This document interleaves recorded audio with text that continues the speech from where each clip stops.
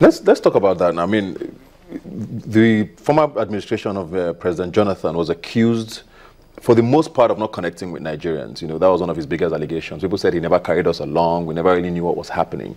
Most times, the explanation came after the fact, you know, when the deed was already done. And the present administration is starting to get some of that already, saying that his media team is not handling things properly. We don't seem to know a lot, especially at a time when we should be knowing a lot. How would you rate the media team so far? Because that's basically the biggest appointment he's made since he's got into power, yes, with his personal staff. Yes, I think they're just flowing with the intendment of the president. That's the honest truth. Because one thing is that Nigerians are, I don't know if to use this language now, we are just people who love one way information kind of rule thing.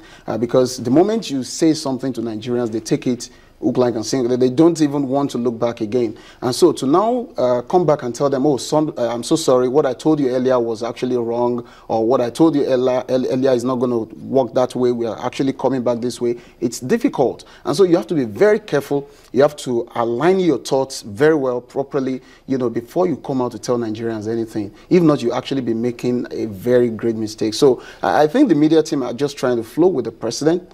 If you check out what's happening right now, not so much happening in terms of media conversation and what have you, because the president is actually taking it slow and steady. And so they are also trying to reflect that, you know, the best possible way, you know, and I think things are just moving. Things are just moving. If you check out the president's activities lately, it's been more of fighting Boko Haram and all that, and then he's been traveling here and there to, you know, synergize with our neighbors, with other people, relevant stakeholders and all that, to ensure that this Boko Haram madness is actually brought to a complete stop. And I think that is a right step in the right direction, only that he needs to do some more.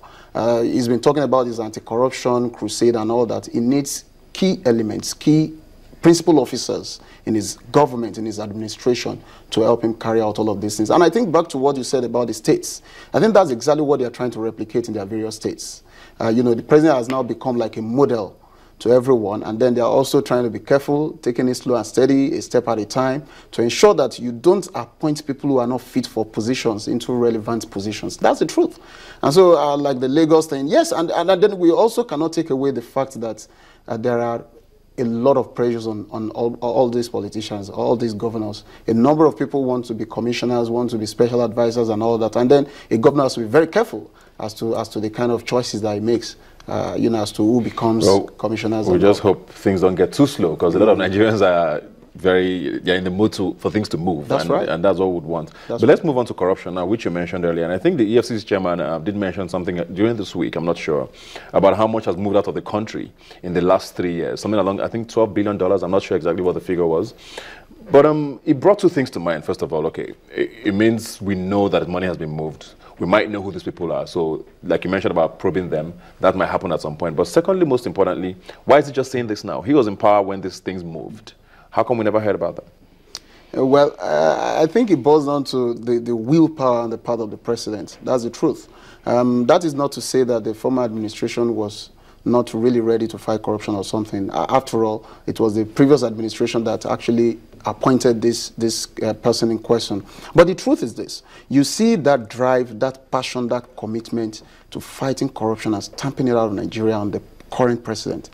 And then, ever since that time, like some people have been saying in certain quarters, the fear of Buhari has now become the, you know, so, and then people are actually sitting tight. That's the honest truth. And so, if you want to be seen as doing your job, you then have to actually do that job. And that's what I think this person is actually trying to do, or the EFCC chairman is trying to do. Even the ICPC, you see that people are jacking up the rate at which they are committed to work lately. And we've seen so many things come out from the ICPC, from the EFCC, from all sides and all that. So, and then you just ask yourself again, I mean, why are all these things coming up around, I mean, about just now? Exactly. And then you know that it's probably because of the drive, the passion, the commitment of the current president. And then I think you see it on him. It's written all over him. It looks presidential about it, that he's just all out to achieve results. And then he doesn't want to joke with anybody who is actually stealing our money. But allegations won't get any results unless there's some sort of prosecution and people are found guilty eventually. But something also that's been happening is a lot of religious leaders have been weighing in. I think 2 weeks ago we heard from Bishop Kuka from the Sokoto Diocese saying that Mr. President needs to focus, on the future and not looking back too much in the past with probes and everything. We also heard from Cardinal Okoje during the week as well, saying that Luthers, should be left alone. They should appeal to their conscience instead of trying to drag them through probes and all of that. Is this a good route to follow? Because people have thought that, okay, maybe if you start looking back too much, your hand might get too full with probes and you might not be able to focus well on what it is you should be focusing on as the president or as a government. Well, I think I quite agree with you. The truth is that we have to be very careful in our bid to actually prosecuting people, or in our bid to actually recover looted funds and all that, because you discover now that a number of people are feeling in certain quarters that certain personalities will be witch-hunted, especially people from the former administration and all that. And then the government of the day really needs to be very careful and mindful of that fact, and then they need to take it a step at a time. They should be very sure of the facts and the figures before they move against anybody. But back to your question, one thing is very clear. I just want to believe that the spiritual fathers are just all out to achieve peace at the end of the day. They are part of the peace committee set up by federal government. And then I know that they actually want peace to reign. And then, just like you have said, if the president is all out to just bring people to the law courts and all that and blah, blah, blah, one, we're not likely to have so much money recovered, because at the end of the day, they will declare this. They know they are going to jail anyways. And then you just declare the little that you can declare and then believe that you go serve your jail time and then come back and you spend the remaining. And so I think what the spiritual fathers are saying, yes, good advice, but then the president needs to sit down. He has a lot of facts with him.